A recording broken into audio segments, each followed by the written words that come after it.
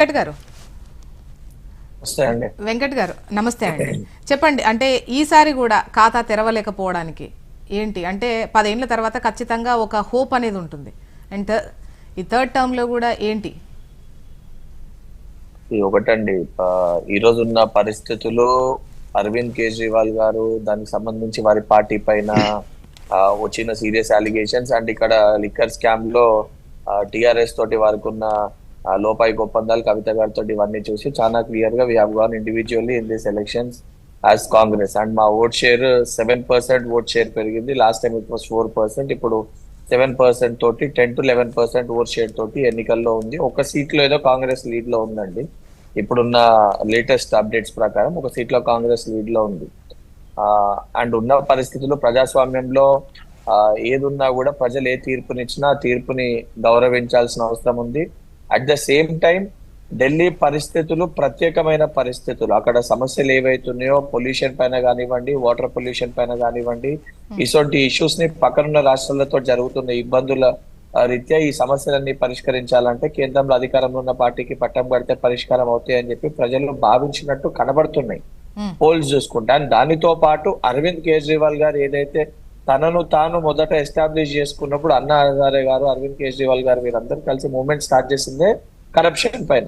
ఈ రోజు ఆ కరప్షన్ లో కంప్లీట్ గా అరవింద్ కేజ్రీవాల్ గారు కూరుకపోవడం తోటి అండ్ వారి పైన ఉన్న ఒక యాంటీ ఇన్కంపెన్సీ తోటి అండ్ వారితో పాటు నేనే సుప్రీం అని భావించిన దానికి ఉన్న పరిస్థితుల రీత్యా, అక్కడ ఉన్న ప్రత్యేకమైన పరిస్థితుల రీత్యా అండ్ ఏదైతే బీజేపీ పార్టీకి ఉన్న కంప్లీట్ మెకానిజం, ఇంతకు మా సోదరులు మాట్లాడుతూ ఈక్విటీగా ఈక్వల్ గా భారతీయ జనతా పార్టీ అందరికీ సమానంగా సముచిత న్యాయం చేస్తుంది అని అంటే, సరే సమానంగా చేస్తుందా, ఎలక్షన్స్ పరంగా కొన్ని రాష్ట్రాలకు ఎక్కువ చేస్తుందా, తక్కువ చేస్తుందా, స్కీమ్స్ ని కేవలం ఎలక్షన్స్ కోసం ఏ రకంగా ఉపయోగిస్తుంది అనేది భారతదేశ ప్రజలందరూ కూడా కళ్ళకు కట్టినట్టుగా కనబడుతుంది.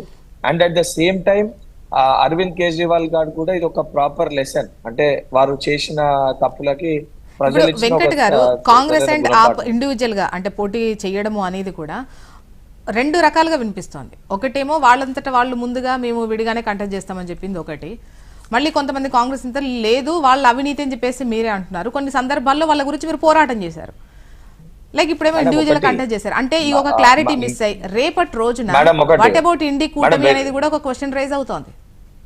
Madam very clear, Bharatiya Janata పార్టీని ప్రజలు కంప్లీట్ గా, భారతదేశ ప్రజలు భారతీయ జనతా పార్టీకి అగేనెస్ట్ గా భారతీయ జనతా పార్టీని దాన్ని కంప్లీట్ గా రేపు అధికారంలోకి వెళ్ళి వాళ్ళని అధికారాన్ని గుంజుకోవాలి, అధికారాన్ని వాళ్ళకి రానివ్వకుండా ఉండాలని ప్రజలు విశ్వసించారు. కాబట్టి మొన్న 400 పార్ అంటే చాలా క్లియర్ గా రాహుల్ గాంధీ గారి నాయకత్వంలో వారు చేసిన భారత్ జోడో యాత్ర తర్వాత ఫలితాలు ఏ విధంగా ఉన్నాయో చూడడం జరిగింది. అంటే వాట్ ఈస్ పబ్లిక్ పర్సెప్షన్ అనేది, గతంలో ఉన్న దానికి వాళ్ళకు ఉన్న దానికి డిఫరెన్స్ ఏమైంది, ఏ రకంగా ఉందనేది. అండ్ ఢిల్లీ విషయంలో వెరీ క్లియర్ గా లిక్కర్ స్కామ్ కల్వకుంట్ల చంద్రశేఖర్ రావు గారితో ఇక్కడ బీఆర్ఎస్ పార్టీ తోటి ఒప్పందాలు పెట్టుకొని చాలా క్లియర్ గా మొదటే మేము వాళ్ళతోటి కలిసి నడవము, కలిసి వెళ్ళమని చెప్పి కూడా ప్రకటించడం జరిగింది. అండ్ రేపు పొద్దున దానిపైన క్లియర్ స్టాండ్ కూడా, ఎందుకనంటే ఈ రోజు అరవింద్ కేజ్రీవాల్ గారికి కొంతమందికి మేమే సుప్రీం అని చెప్పి ఒక పర్సెప్షన్ కూడా ఉంది. కాకపోతే ఎక్కడన్నా కూడా కాంగ్రెస్ లెడ్ కూటమి ఏదన్నా ఉంటే అక్కడ ఫలితాలు వేరే రకంగా ఉన్నాయి. మనం జార్ఖండ్ అక్కడ చూసుకుంటే ఏదైతే అరవింద్ కేజ్రీవాల్ గారు నేను నా మాది తప్ప ఎవరేం లేదు, అసలు వేరే ఏం లేదు అని ఆ భావనలో ఉంటే ఈరోజు ఫలితాలు ఏ విధంగా ఉంటాయో కూడా అందరికి కూడా చాలా స్పష్టంగా కనబడుతుంది.